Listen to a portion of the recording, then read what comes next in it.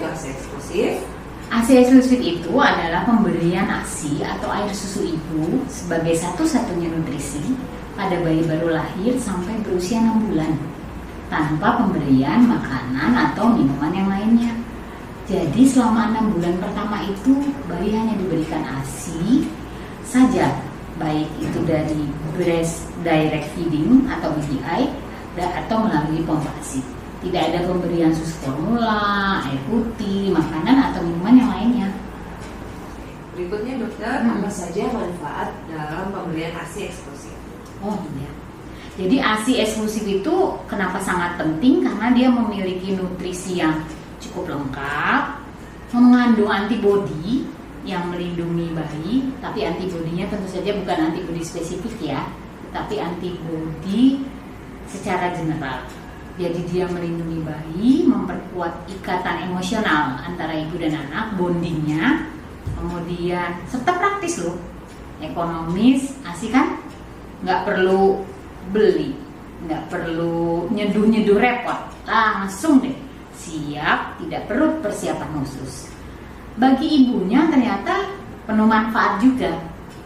Jadi pemberian ASI akan membantu rahim berkontraksi. Jadi ibu-ibu yang habis melahirkan, maka resiko perdarahan setelah melahirkan akan lebih cepat diperbaiki, kemudian mencegah perdarahan pasca melahirkan, menjadi KB alami, jadi memperjarang kedatangan anak atau kehamilan berikutnya, dan meningkatkan kesehatan tulang ibunya. Begitu Dokter Amel. Dokter, gimana sih cara kita memberikan ASI yang baik? Nah, ini tuh sebenarnya kita sudah ajarkan sewaktu bayi dan ibu dalam perawatan rawat gabung di rumah sakit. Kemudian bayi-bayi yang berada dalam perawatan khusus Dokter Amel kebetulan seperti di NICU atau di perinatologi. Nah, itu kita ajarkan juga sebelum mereka pulang, begitu. Tapi secara keseluruhan sih cara pemberian ASI yang benar yaitu tepat dulu. Tepat apa sih? Tepat posisi antara ibu dan bayi, tepat perlekatannya juga benar, jadi antara perlekatan ibu dan anaknya juga benar. Kemudian efektif nggak sih hisapan bayinya? Kemudian ada tuh tubuh bayi biasanya harus sejajar, sayangnya nggak ada boneka nih, tapi harus sejajar dengan kepala bayi yang lebih tinggi.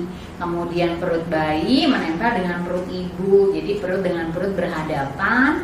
Kemudian mulut bayi terbuka lebar sehingga areolanya, jadi bukan hanya putingnya saja yang diisap sama bayinya, tetapi secara keseluruhan areola atau daerah kehitaman di sekeliling dari puting susu ibunya. Maka sebelum ibu menyusui, pastikan dulu satu kebersihan dari ibunya sendiri, cuci tangan, kemudian pakai yang memakai Dokter Amel, kemudian sesudah menyusui juga dia cuci tangan. Kemudian kita sentuh tuh pipi bayinya dengan puting susunya untuk merangsang refleks rooting namanya. Gitu sementara Dokter Amel. Selanjutnya, bila posisi bayinya sudah benar nih, tadi ya yang melekat, terus kemudian posisinya benar, biarkan bayi menghisap sampai dengan puas.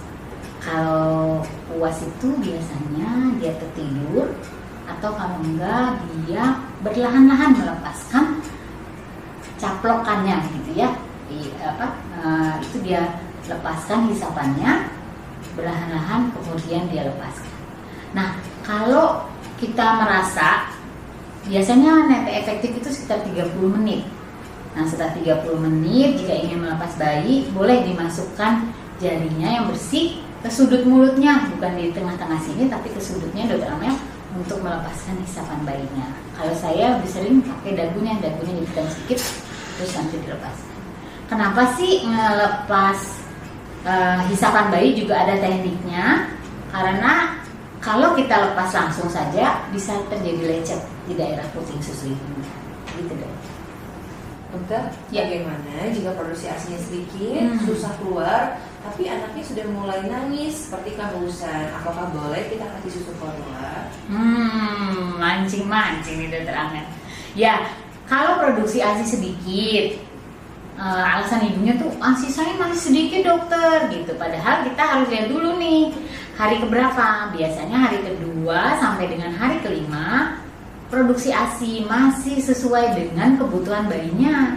Pada hari kedua sampai hari kelima memang kebutuhan bayi itu masih sedikit.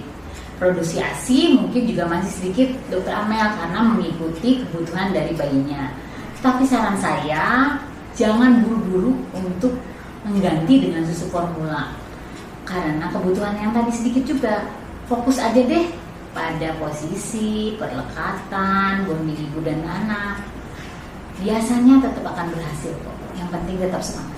Gimana dok kalau sudah posisi yang tepat, perlekatannya sudah diperhatikan, sepertinya sudah efektif dalam menghisap, namun masih ada kendala dalam menyusui, sarannya seperti apa dok bagi ibu-ibu yang mengalami seperti itu? Ya, jadi ketika kita mengalami kesulitan sebagai ibu-ibu untuk melakukan proses menyusui, maka disarankan memperbaiki pola makan kita dulu, pola tidur, jangan sampai ibunya begadang ataupun tidurnya hanya sedikit jamnya, karena itu berpengaruh kepada jumlah ASI atau volume ASI. Kemudian perhatikan cara menyusui tadi, apakah sudah benar dan tepat. Sebenarnya kalau memang masih dirasa ada kesulitan baik ibu maupun dari sisi anak, karena ada beberapa juga kondisi-kondisi yang membuat bayi itu sedikit menyusui dengan kesulitan ataupun menyusui dengan kesulitan yang besar. Biasanya terjadi pada bayi-bayi prematur, bayi-bayi dengan mengalami kelainan-kelainan, misalnya ada tangkai, dan itu pasti kita harus periksa dulu. Kalau gitu saran saya sih dibawa saja ya dok untuk kontrol, baik ke dokter anak ataupun dokter laktasi. Gitu dok. Di RSUD Cilengsi kami punya 4 dokter anak yang kompeten dan terlatih dalam permasalahan menyusui.